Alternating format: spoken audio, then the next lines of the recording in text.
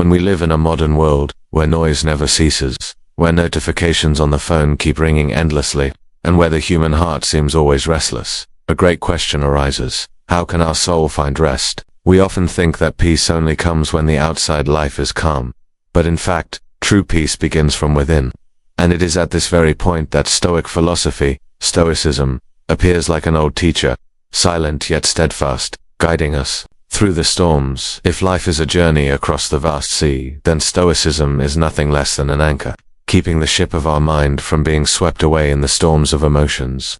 The waves outside still crash relentlessly, but inside, the ship stands firm. People often ask, what is Stoic philosophy? Is it merely a way of life that is cold, emotionless, denying joys and sorrows? No, it is absolutely not like that.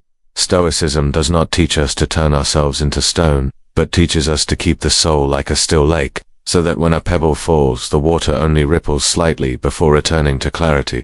Marcus Aurelius, the last Roman emperor of the Golden Age, once wrote in Meditations, "You can choose not to let your mind be disturbed. Peace lies there, in your very own choice."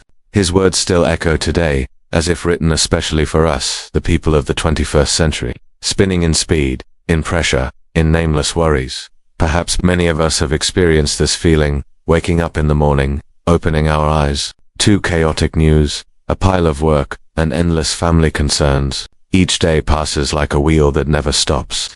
We easily lose ourselves, easily get swept into the hurried flow of life. And then we ask ourselves, is there still a way to live more slowly, to live more firmly? The answer is Stoicism, not a religion, not a distant theory, but a practical path.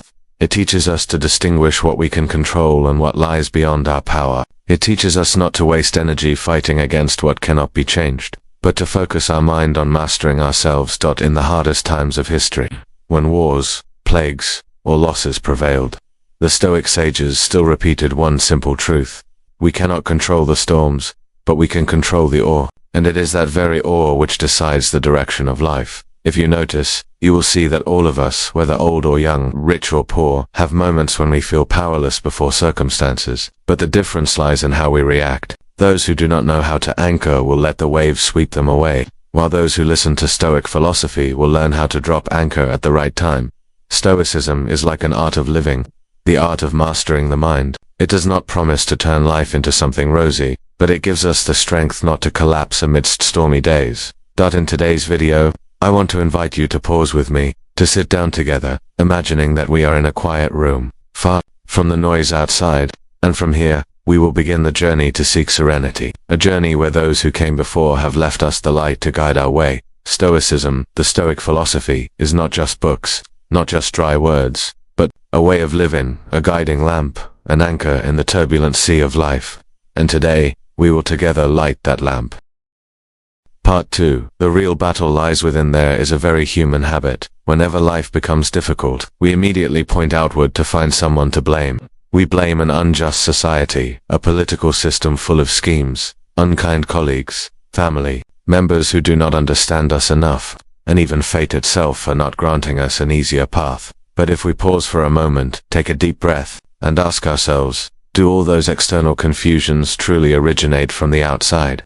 Or are they merely projections of the unhealed fragments within our own inner world?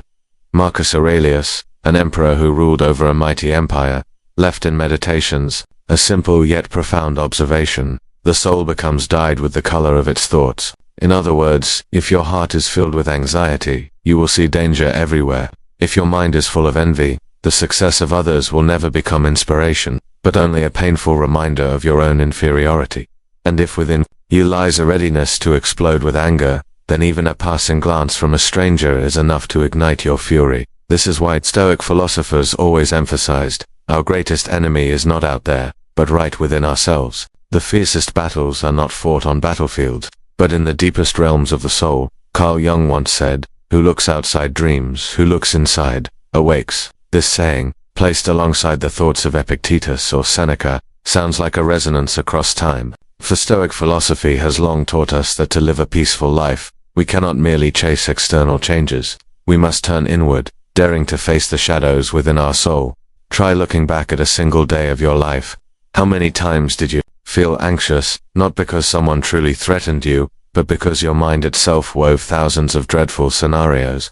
How many times did you procrastinate, not because the task was too difficult, but because you feared failure and feared confronting your own shortcomings? How many times did you grow angry, not because the matter was so serious, but because your pride was hurt? And how many times did you feel insecure, not because of real lack, but because you constantly compared yourself to others? If you are willing to listen, you will realize all those emotions arise from within. The outside world is only a mirror, faithfully reflecting what you carry inside. The ancients used to say, to pacify the chaos at the borders, one must first pacify the chaos within the heart. When a general can first bring order to the morale of his troops, only then can he lead them into battle. Likewise, a person is only truly steadfast when he learns to tame the storms within his own soul. But why is it so difficult? Because looking outward is always easier than looking inward. When we point outward, we immediately have an excuse, a culprit, to temporarily set aside responsibility. But when we look inward, we are forced to face ourselves with fear, with weakness, with the dark corners we have long avoided. That is far more painful, yet it is also the only step toward true growth. The Stoics believe that nothing outside can make us suffer unless we allow it. The anger of others, harsh words, social upheavals, they are all merely events. They carry no meaning in themselves, until our mind assigns them meaning. If our mind is disturbed, the event becomes a dagger. If our mind is firm, it is nothing more than a harmless pebble on the road. You see, what matters is not changing the world, but changing the way we see the world. For as Marcus Aurelius once wrote, if you are distressed by anything external, the pain is not due to the thing itself, but to your estimate of it, and this you have the power to revoke at any moment. The real battle lies here in every thought, every belief, every emotion we nurture each day. Once we learn how to conquer ourselves, no enemy can ever defeat us. So, how do we begin this battle? How do we look deep inside without being swallowed by the chaos of our own mind? The answer is awareness. Awareness is the first step, the root of all change. The mind is a battlefield. The ancients had a beautiful yet haunting image. Plato's metaphor about the human soul. He said that the soul is like a chariot. On that chariot sits a charioteer. This is reason, the clear-sighted part of us. But the chariot is pulled by two horses. One is obedient, strong, and disciplined, representing nobility, courage, discipline, and the aspiration toward the good. But the other horse is wild, unruly, hard to control, representing desire, chaotic cravings, explosive emotions, and relentless urges. That image perhaps speaks on our behalf, capturing exactly what we so often feel within ourselves. Sometimes, we want to live peacefully and simply, yet deep inside we crave enjoyment. We long to satisfy some hidden desire. Sometimes we know clearly we must stay sober and restrained, but then just a glance, a word, or a small temptation is enough to pull us away.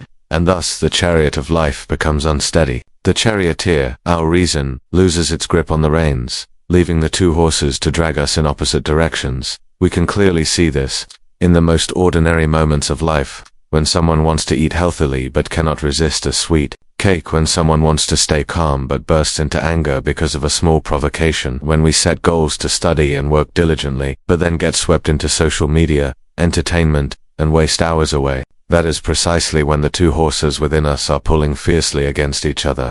One side pulls toward reason, toward discipline. The other side pulls toward emotion, toward instant gratification. And as a result, we feel divided, torn apart, exhausted. Plato did not say that we must kill the wild horse, nor that we should only nurture the obedient one.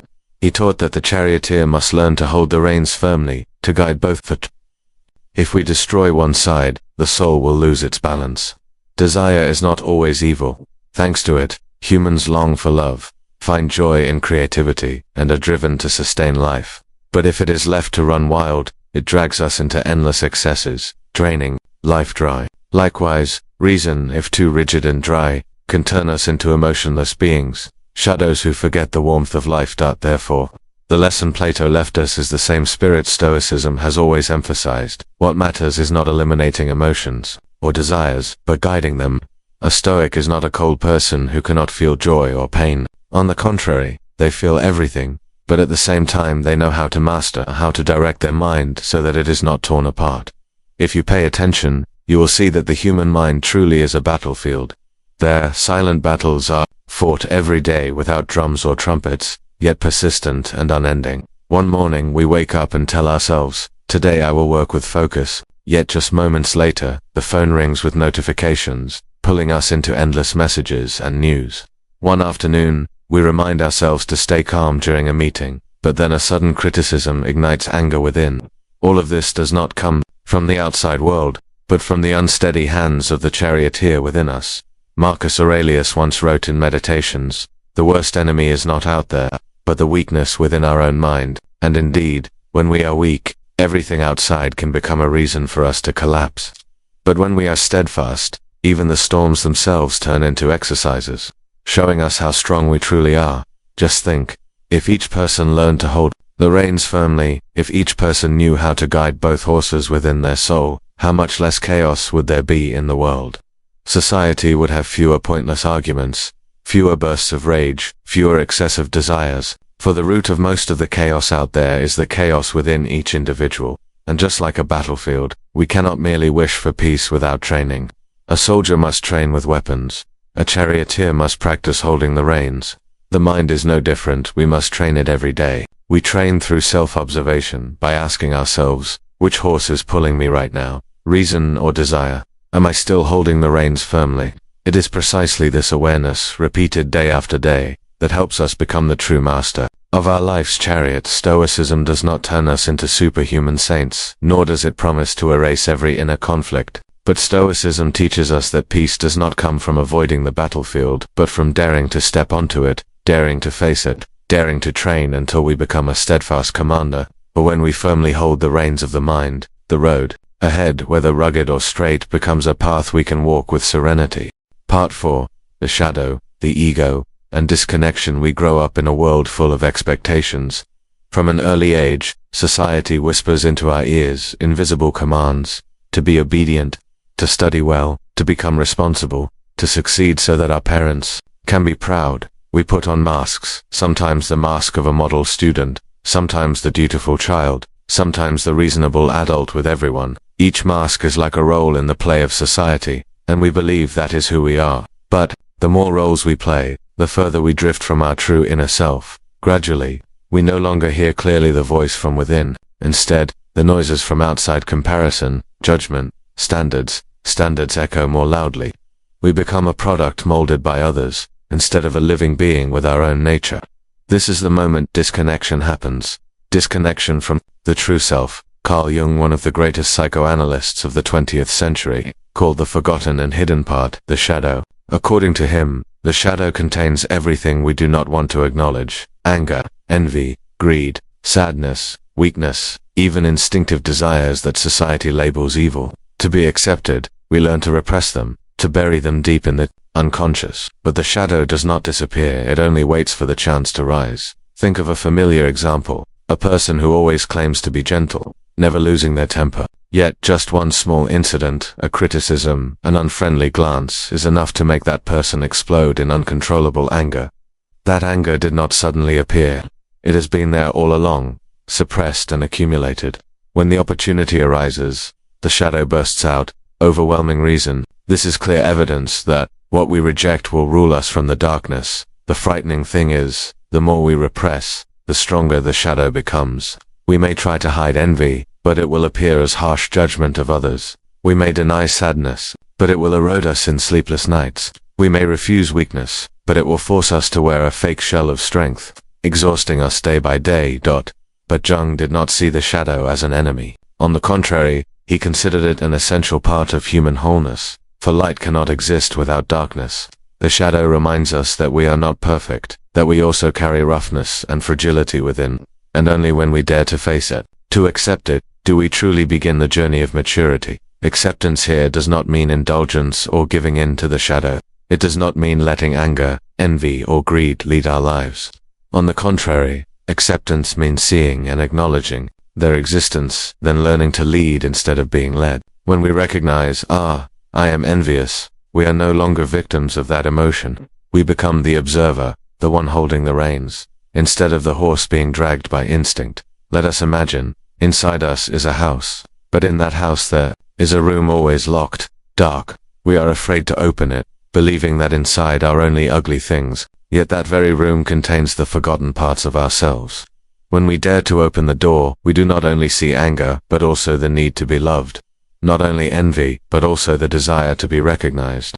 Not only sadness, but also the capacity for deep empathy. The shadow does not only hold darkness, but also hides potentials not yet awakened. Many spiritual masters have said the same thing in different words. The Buddha once taught that suffering is not the enemy, but the path to enlightenment. The ancient Greeks believed that tragedy reveals the hidden truth within the human soul, and the Stoic philosophers also said, the enemy outside is not as dangerous as the enemy within, the desires and fears not yet mastered.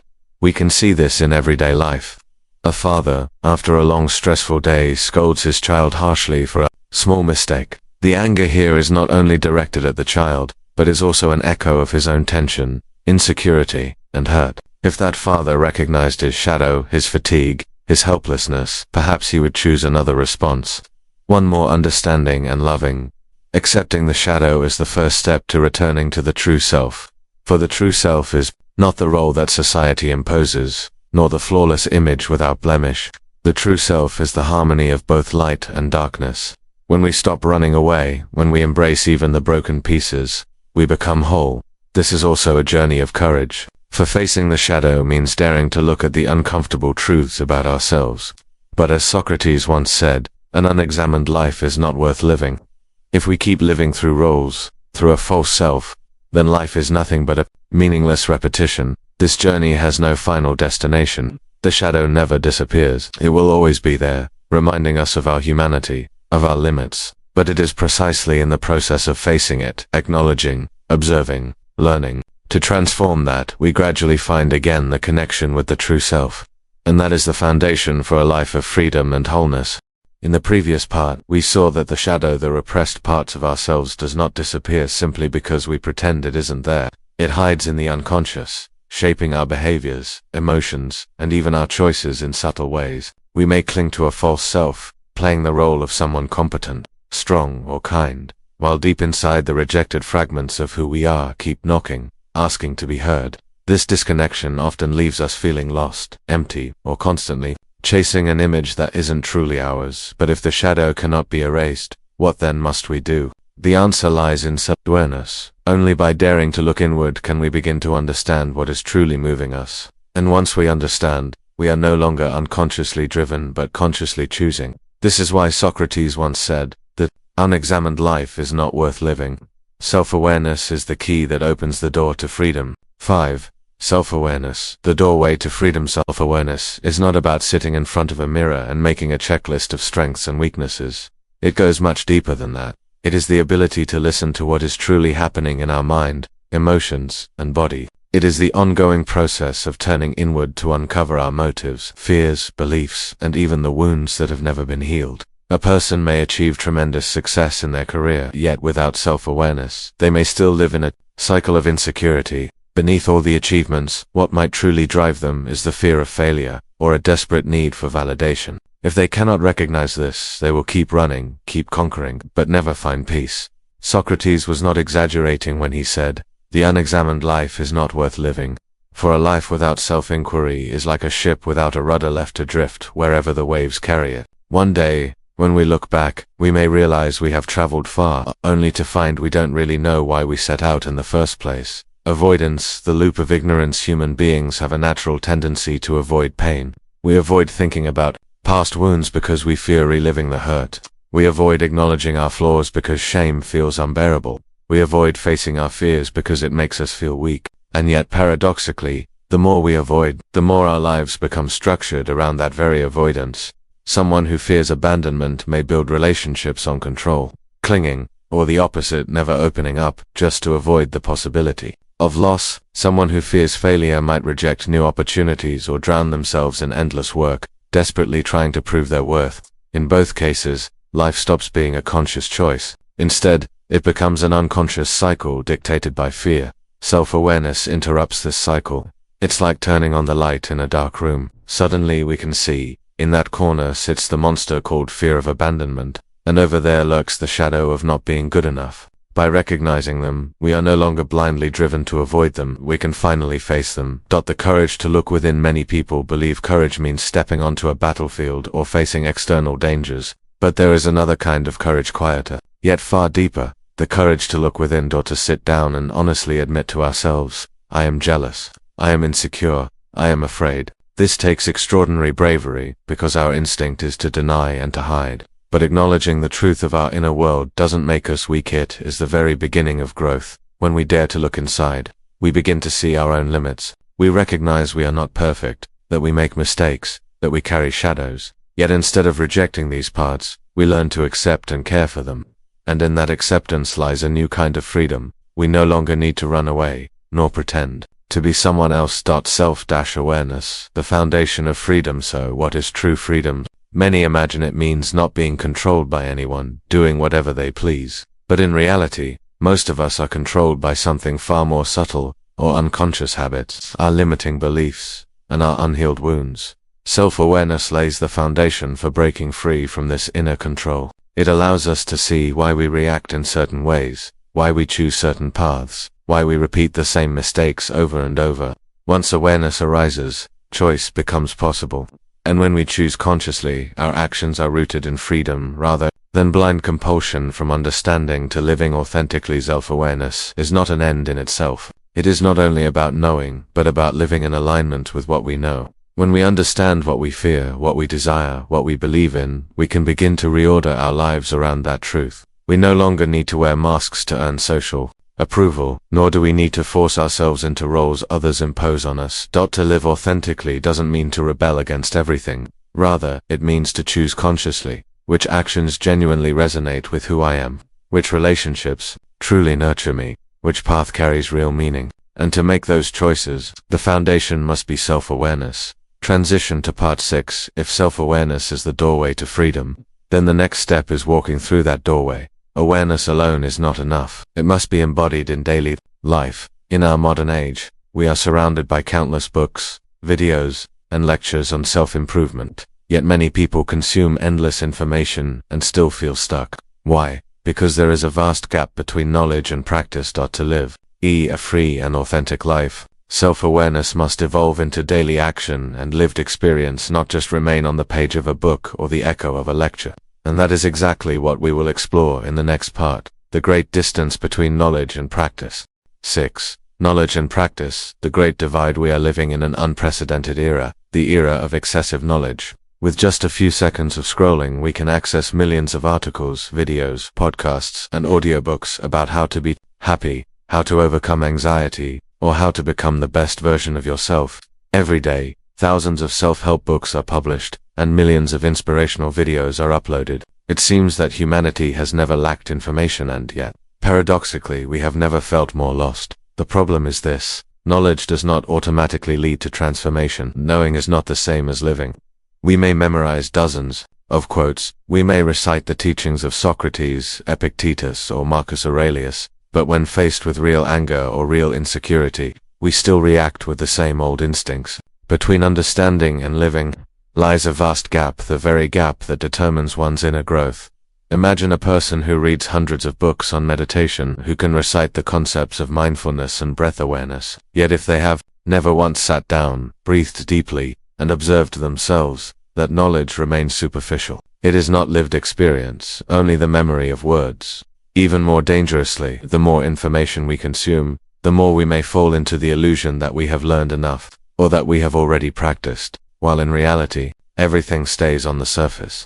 This is the paradox of our time. Knowledge expands explosively, yet lived experience grows shallow. On the inner path, practice does not mean striving for perfection. It simply means returning to observation.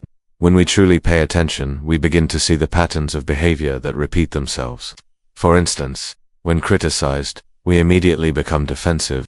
When expectations are unmet, we quickly turn to self-blame. When others succeed, envy arises. These reactions are not random, they are the echoes of the past, shaped by wounds left unhealed. They become habits, and we act as if no other choice exists.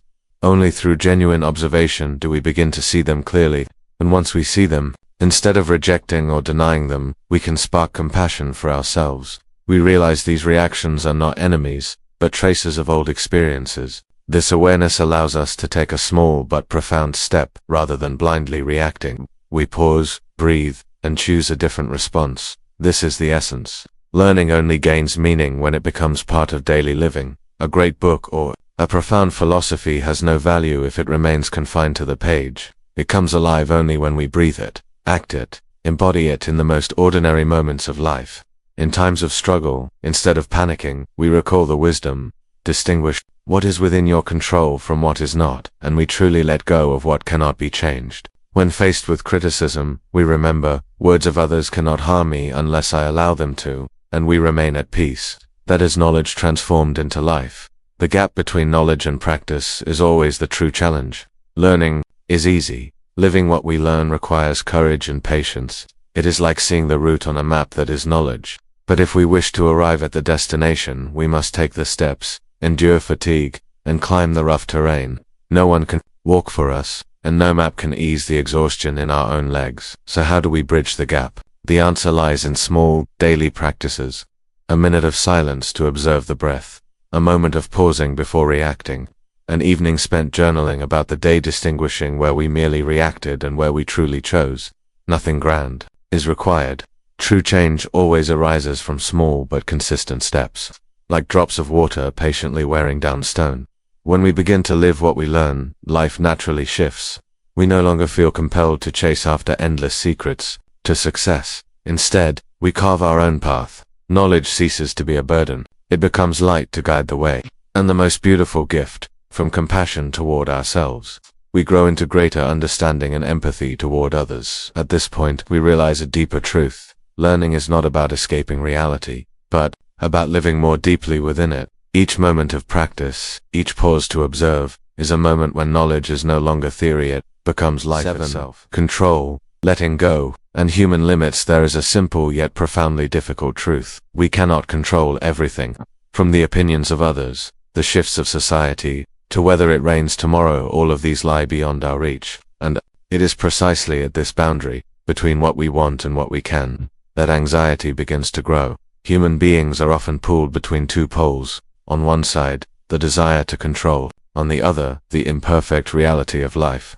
We cling to others' approval, struggle to secure recognition, and fear rejection. We get trapped in the past, things we cannot change, or project our minds into the future, a realm that does not yet exist. But if we look closely, neither past nor future is within our present power.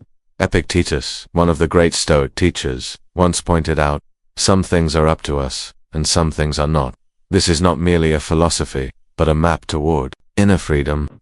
Once we see this boundary, we no longer waste energy on the impossible. We stop trying to control others, stop demanding that life bend to our will. Instead, we return to the only domain that truly belongs to us, our thoughts, our attitudes, our actions. Picture a boat at sea. The waves, storms, and currents cannot be controlled. But the rudder, the sail, and the oars, these are ours. The wise sailor does not curse the storm, nor sit in despair at contrary winds. They adjust the sails, hold the rudder firm, and accept that the vast ocean will never fully obey them. Yet, to understand control is not to surrender in resignation. There is a common misunderstanding: if we cannot control everything, then why try at all?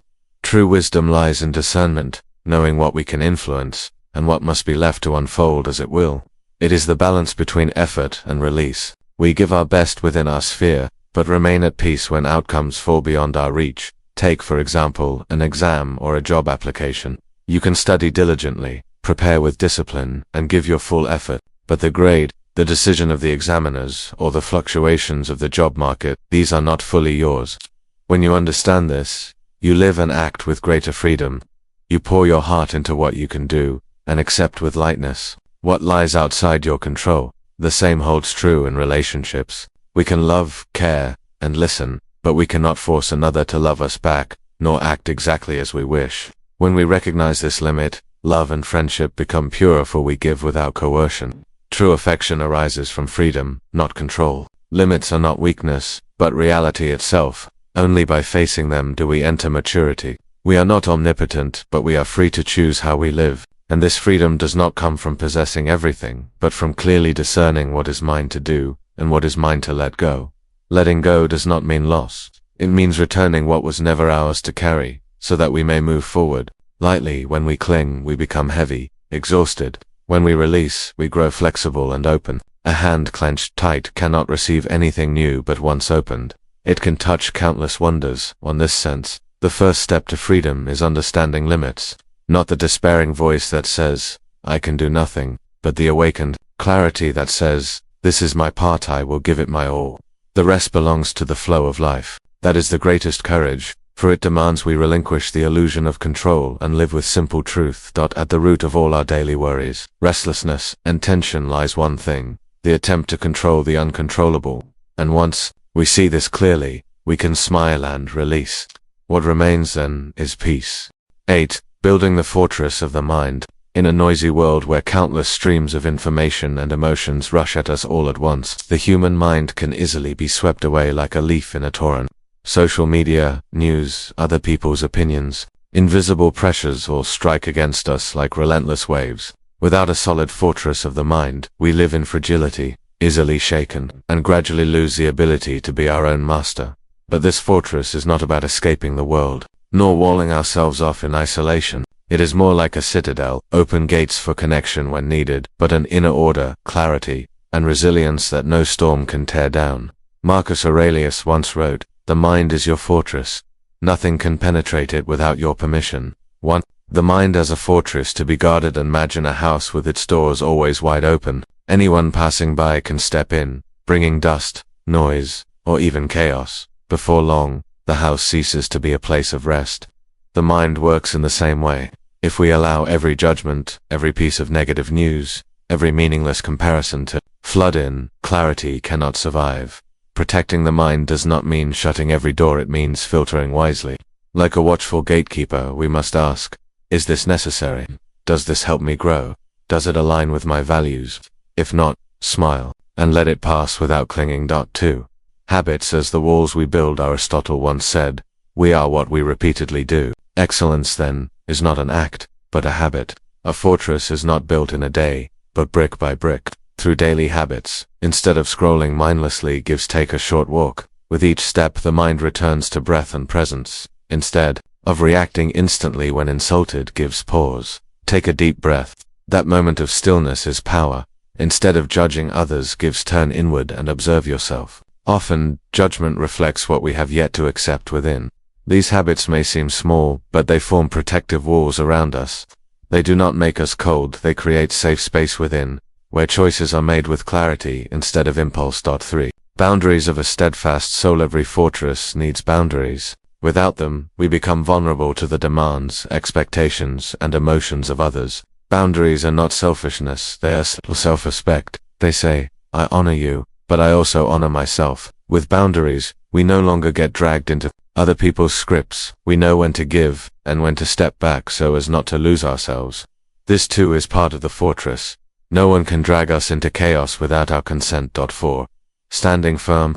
Amid the storm, the outer world will always shift. Breaking news, changing markets, fading loyalties, unexpected failures. But with an inner fortress, we do not collapse so easily. Storms have never been the true problem. The problem is whether the ship is strong enough, and our mind is that ship. Once trained in steadiness, we can face the storm calmly, not because it disappears, but because we have grown stronger. 5. Daily practice. A fortress of the mind is not given, it must be trained. Day by day, spend a few quiet minutes daily simply observing your inner world. Keep a journal to note moments when you nearly lost yourself and learn from them. Create small rituals of grounding, a silent cup of tea, a few breaths in stillness, or meditation. Each day we place another brick in the walls of our inner fortress.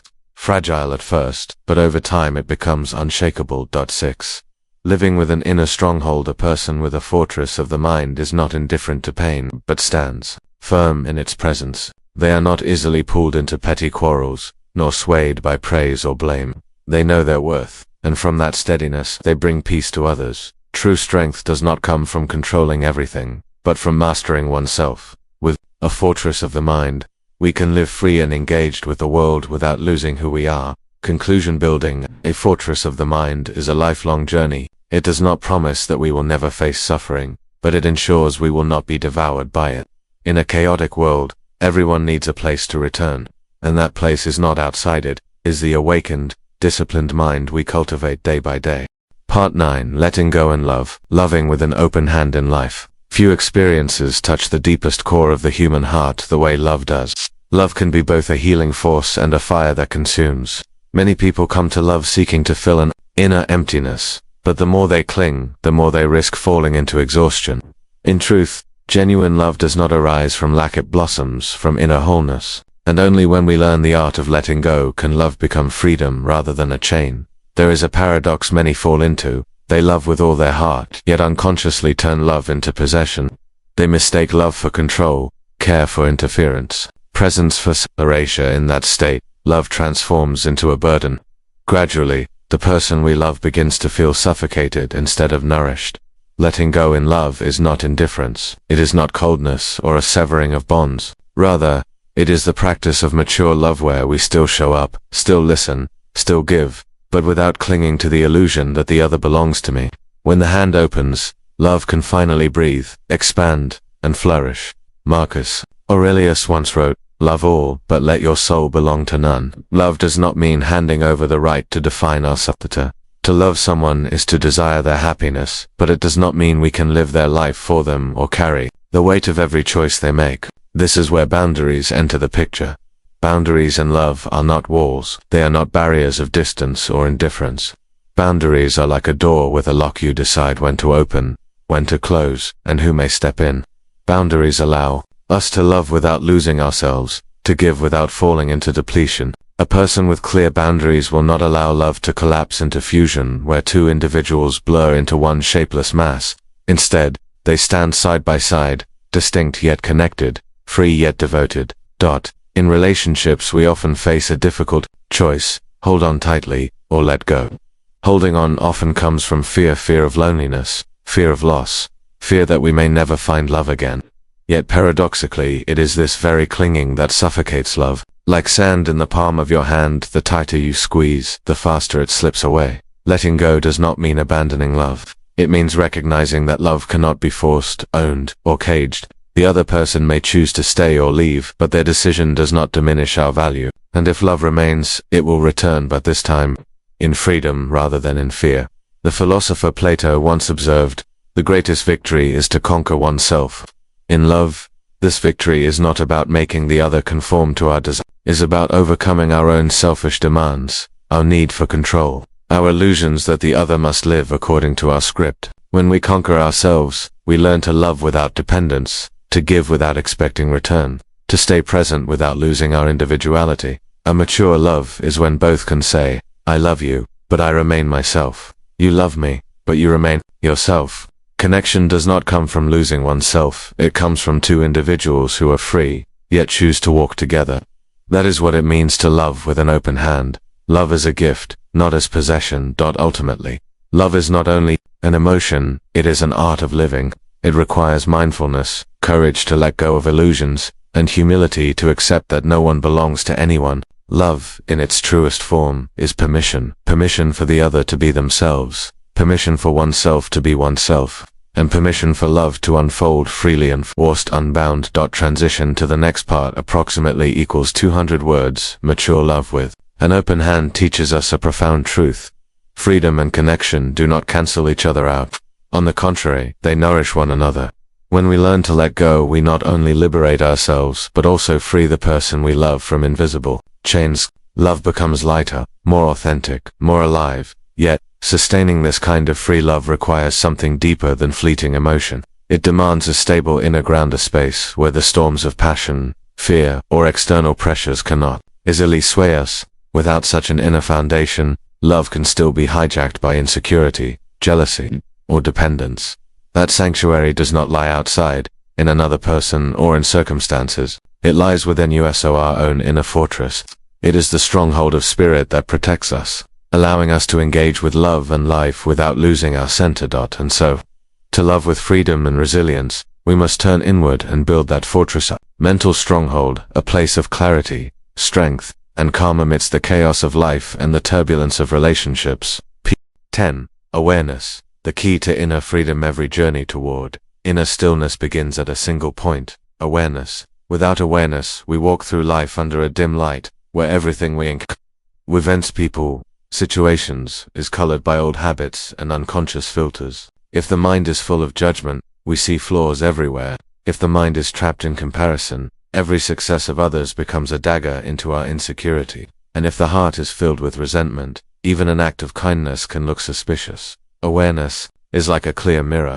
It reflects reality as it is, nothing added, nothing subtracted. When we hold this mirror up to our own mind, we see that most of our suffering does not come from the world outside, but from the way we perceive it. Awareness does not change the world, it changes our eyes. And with new eyes, an entirely new life begins. Viktor Frankl, the psychologist who survived the hell of the concentration camps, wrote, "Between stimulus and response, there is a space. In that space lies our power and our freedom. That space is awareness. It is the breath we notice before anger erupts, the pause we take before replying, the silent glance inward before taking action. Without awareness, we are puppets by strings of emotion, habit, and environment. With awareness, we begin to hold the strings ourselves. Awareness as a key. Imagine life as a vast hall with dozens of doors, some open to joy, some to sorrow, some simply circle us back to where we began. When we move unconsciously, we keep walking into the same wrong doors, asking why we repeat old wounds. Awareness is the key. It does not magically eliminate difficulty, but it allows us to see clearly which door we are opening. With awareness, we can stop and ask, what am I truly feeling right now? Is this anger really about the other person, or about an expectation inside me that wasn't met? Is this fear real, or only a shadow of my imagination? These questions shift everything. Awareness does not provide immediate answers, it provides space, and in that space lies choice. Choice is freedom, breaking the cycle. Each day, we react automatically thousands of times. Irritation in traffic, defensiveness under criticism, urgency when we feel left behind. Without awareness, these loops repeat endlessly. But with one conscious pause, a single breath, a moment of watching our own mind, the cycle breaks. Awareness is the gatekeeper of the mind. It allows us to distinguish two paths, the old reaction that breeds suffering, or the new response that opens wisdom. This is how awareness severs the grip of the past. For example, instead of striking back when insulted, we can observe how, are these words affecting me? Do I need to react right now? That brief awareness turns us from victims of emotion into masters of choice. And in that moment, we take a giant step toward inner freedom. Cultivating the habit of awareness is not innate, it must be trained, like a muscle strengthened through daily practice. Through the breath, each time we inhale, we know we are inhaling. Each time we exhale, we know we are exhaling. This simplest act is the foundation of awareness. Through small actions, washing dishes, walking, drinking water, or than letting the mind wander, we remain fully present. Through reflection at day's end, before sleep, we look back, when today was I unconscious, and when was I aware. These humble practices are bricks in the fortress of awareness. When that fortress stands strong, no storm of emotion can easily sweep us away. Awareness and compassion. As awareness deepens, we not only observe the outer world but see into ourselves. We recognize old patterns, fears, and unmet needs. Instead of blaming ourselves for weakness, awareness births compassion, that we realize every reaction and fear arises from our history, or wounds, our conditioning. With awareness, self-criticism softens into self-understanding, and when we stop being harsh with ourselves, we stop being harsh with others. Gradually, the heart becomes lighter, wider, freer. Where true freedom lies. Many think freedom means doing whatever we want, but real freedom is not following every desire, is not being enslaved by desire. Awareness is the key that unlocks those invisible chains. With awareness, we see desire as passing clouds, not our essence. Anger as a wave rising, falling, disappearing, not who we are. In that distance between us and our emotions, a door opens. Behind it waits freedom. Conclusion: awareness is not the final destination, it is the path itself. It is the lamp in the dark, the breath that anchors us in the present, the key that opens the only freedom that matters, freedom within. When we live with awareness, life ceases to be a blind chain of reactions. It becomes a conscious journey. We are no longer prisoners of the past, nor captives of the future. We simply live fully, here and now, where peace and freedom truly dwell. As Socrates, Epictetus, Marcus Aurelius, and Frankl all echoed in their own way. Without awareness, life is lived in chains. With awareness, Life is 11. Connection from inner peace to outer action. There is a truth we often forget. Human beings do not live only within themselves. We are part of a family, a community, and a vast world. Whatever we cultivate inwardly will inevitably flow outward. If our mind is restless, that restlessness will color our voice, our eyes, our gestures. If our heart carries peace, then our very presence becomes a refuge of calm for others. The Stoics never encouraged retreat into an ivory tower. Marcus Aurelius, philosopher and emperor, reminded himself each morning, "Today I will meet people who are selfish, ungrateful, deceitful, but they act so not because they are inherently evil, but because they do not know what is good." He did not withdraw from the world, he prepared himself to enter it, and with that preparation he connected with others through compassion instead of judgment. We face similar challenges today: workplace stress, social pressures, family conflict, criticism, cold stares. We cannot control these circumstances, but we can choose our response. A gentle word instead of harshness, a listening ear instead of a quick retort, a moment of patience instead of an outburst. These are seeds of peace we sow into the world. True connection is neither dissolution nor isolation. It is meeting others from a place of freedom. When we know who we are and where our boundaries lie, we can engage without losing ourselves. Inner peace is like a lamp. It does not shout, it does not boast, but it silently shines on all who come near. Epictetus once advised, "Do not explain your philosophy, embody it." A truly peaceful person does not need to declare, "I am at peace." Others will sense it in the way they handle adversity, in the way they converse with those who disagree, in the way they stand firm before injustice. That is transformation in action, the movement from inner life to outer life. The world will always contain conflict, injustice, chaos. What matters, as Marcus Aurelius taught, is not changing the world, but changing how we see and act within it. If our inner landscape is a battlefield, we will carry battle into every encounter. But if our inner being is a sanctuary, then even in the midst of turmoil we become keepers of peace. This is the deeper meaning of connection. It is not about seeking recognition, but about radiating presence. Not about proving ourselves right, but about listening, understanding, and softening divisions. The Stoic path is never a solitary journey. Meditation, journaling, inner discipline, these are only preparations. The true destination is how we step into the world, carrying inner calm into conversations, relationships, and the very heart of conflict. Looking back on this journey, we see that everything begins within and everything ends within. We learn to observe, to let go, to build an inner fortress, to love with open hands, and then we carry all of that outward. The world will never be free of chaos or forces beyond our control. But as Viktor Frankl reminded us, between stimulus and response there is a space. In that space lies our power and our freedom. If we can guard that space, if we can keep peace within, then our outer actions will no longer be blind reactions, but conscious choices. And when more people begin to live this way, the outer world inevitably shifts, not because we force it, but because our presence plants seeds. True peace is not escaping the world, but carrying a steady soul as we walk into it. This is the Stoic way, from inner stillness to wise connection, from solitude of reflection to participation in life itself. In the end, peace is not only a private refuge, it is a gift we offer to the world.